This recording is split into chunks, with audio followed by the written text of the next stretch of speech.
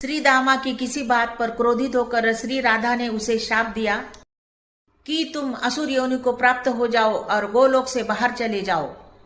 श्री दामा को दुखी देखकर भगवान श्री कृष्ण वहां पर प्रकट हुए और श्री दामा को सांत्वन देते हुए कहा, तुम त्रिभुवन विजेता सर्वश्रेष्ठ शंखचूड़ नामक असुर बनोगे और अंत में श्री शंकर जी के त्रिशूल से मृत्यु को प्राप्त होकर मेरे पास लौट आओगे।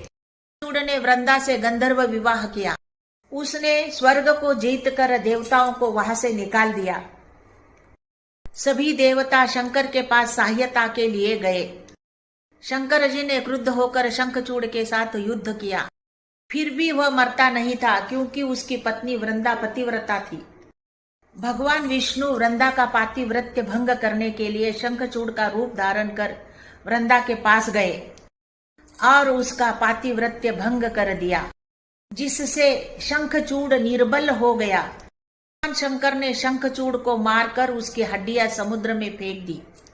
हड्डियों से नाना प्रकार के शंख उत्पन्न हुए। भगवान शंकर ने शंखचूड़ का वध किया था, इसीलिए शिव पूजन और अभिषेक में तथा सूर्यार्ध में शंख का प्रयोग नहीं किया जाता। अन्य देवी देवताओं के पूजन में साधक को शंख का प्रयोग कर मनचाही सिद्धि प्राप्त होती है। पूजा में शंख बजाने का कारण यह है कि वृंदा को जब भगवान विष्णु की यह कपट लीला ज्ञात हुई तब उसने भगवान विष्णु को शिला बनने का शाप दे दिया। भगवान विष्णु ने भी वृंदा को शाप देते हुए कहा कि जब मैं गंडकी नदी के तट पर शालग्राम शिला बनूंगा तब तुम तुलसी बनोगी और तुम्हारा पति शंखचूड़ शंख बनेगा।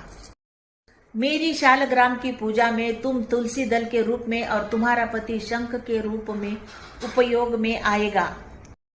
यही कारण है कि शालग्राम की पूजा में उनके ऊपर तुलसी पत्र चढ़ाए जाते हैं और